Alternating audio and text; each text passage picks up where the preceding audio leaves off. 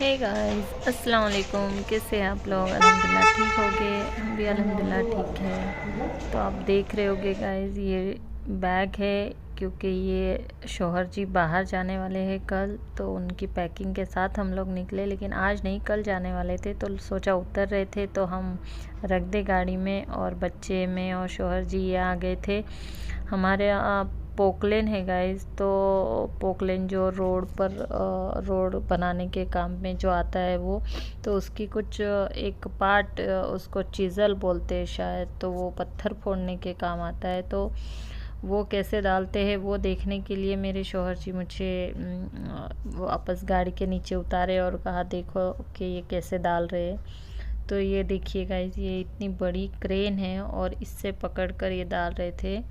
ये डिक्की में डाल रहे थे एक्चुअली, लेकिन फिर उन्होंने कहा कि इसको अगर आप डिक्की में डालते हो तो फिर निकालना आपके लिए पॉसिबल नहीं होगा, क्योंकि ये बहुत हेवी वेट है। आई थिंक इसका वेट 100 से 150 किलो का है। तो देखिए गाइस, ये कैसी टेक्निक यूज़ कर रहे हैं। ये इतना हेवी वेट, सिर्फ वो भैया उसको सिर्फ रिमोट से कंट्रोल कर रहे थे। और देखिए कितने इजीली चला गया। और आप नोटिस करना कि वो जब रख रहे थे तो गाड़ी दब रही थी नीचे, इतना हेवी था वो कि वो रखते समय गाड़ी दब रही थी। मैंने शूट करने की कोशिश की, लेकिन शायद पता नहीं दिखे या ना दिखे, तो मैंने कोशिश तो किया। देखिए ये हुक में उसको अटका कर, ये ऊपर क्रेन टाइप कुछ है, वो वहाँ से उठाकर, उनके गोदाम से उठाकर उन्होंने गाड़ी तक ऐसे लाया और कहा कि आप बीच की सीट में रखो जो पीछे होती है गाड़ी में, तो आपको निकालने में आसानी होगी। तो देखिए एक उधर से आया बंदा और एक इधर से, और ये दोनों मिलकर उसको एडजस्ट कर रहे थे। इतना हेवी वेट था वो कि हो नहीं पा रहा था। फिर फाइनली उन्होंने रख दिया और गाड़ी इतनी दब चुकी थी गाइस, और फिर हम लोग वहाँ से निकल गए। एक्चुअली वो उनको गांव में ले जाना था, इस वजह से वो बॉम्बे से परचेज़ किए। और अब क्योंकि हमारा पोकलेन वहाँ पर है, तो वहाँ पर उसका पार्ट ख़राब हो गया जो मिलता बॉम्बे में है, तो फिर हम यहाँ आए थे। ये हमारे घर से तकरीबन 2 घंटे का रास्ता है। ये बॉम्बे का स्टील मार्केट है, तो सोचा बता दूँ आपको, यहाँ पे पोकलेन का जेसीपी स्टील, ये सब चीज़ें यहाँ पे मिलती है। पोकलेन के पार्ट, जेसीपी के पार्ट्स, ये सब मिलते हैं यहाँ पर। तो ये बहुत दूर था, तकरीबन 4 साढ़े 4 हमको बज चुके थे, और अब हम यहाँ से जाने वाले थे ओहो का शौरमा खाने के लिए।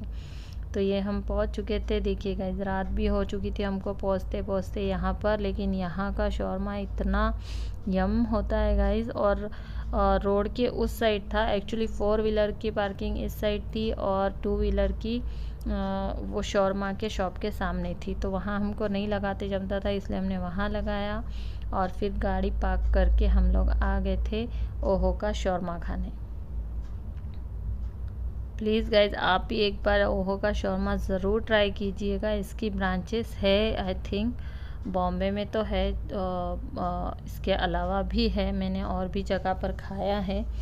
तो हम लोग यहीं पर आते हैं। हालांकि आप देख रहे हो कि इस लाइन में सारी वही शॉप है, लेकिन इसी का शौरमा हमको बहुत पसंद आता है गाइस। देखिए बाहर तो बैठने के लिए जगह नहीं थी, तो उन्होंने कहा आप अंदर चला जाओ, तो अंदर वो बार स्टूल रखे थे जो 4 ही थे, और उनका सारा सामान भी था। ऐसे कोई स्पेशल जगह नहीं है बैठने के लिए, लेकिन इतना टेस्टी होता है कि हाँ ठीक है, इसके लिए तो कुछ भी कर लेंगे गाइस।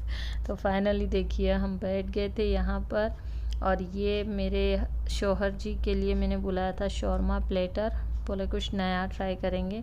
एक्चुअली था शौरमा ही, बस 2 शौरमा की बेस थी, उस बेस बोलो या जो कबूस होती है, मतलब जो चपाती होती है वो सब कुछ डबल होता है। और ये आ गया था हमारा नॉर्मल शौरमा। देखिए गाइस कितना फुल लोडेड, और चिकन और मेयोनीज, और इनका मेयोनीज तो बहुत ही अच्छा होता है। और आयशा कैसा है? और मैंने दोनों ने कि हमने नॉर्मल शौरमा ही बुलाया। और यहाँ सारा आयशा को मैंने पूछा कैसा है, तो वो बता रही थी कि बहुत टेस्टी है।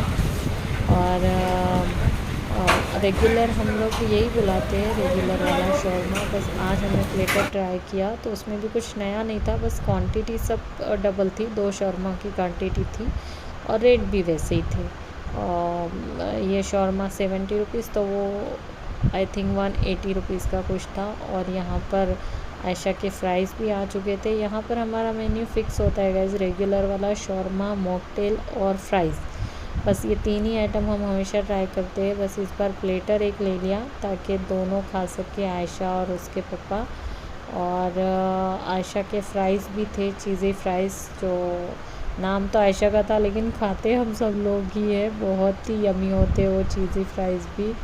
और फिर मेरे शौहर भी खुद भी खा रहे थे और आयशा को भी खिला रहे थे और मुझे भी खिला रहे थे और सारा को भी शेयर करके खाने की सबकी आदत है तो अच्छा लगता है। और यहाँ मैं आयशा को सता रही थी और वहाँ पर हमारा मॉकटेल भी रेडी हो रहा था गाइस। यहाँ के मैंने जितने भी मॉकटेल पिए वो बहुत ही यमी होते, बहुत ही अच्छे बनाते हैं वो लोग।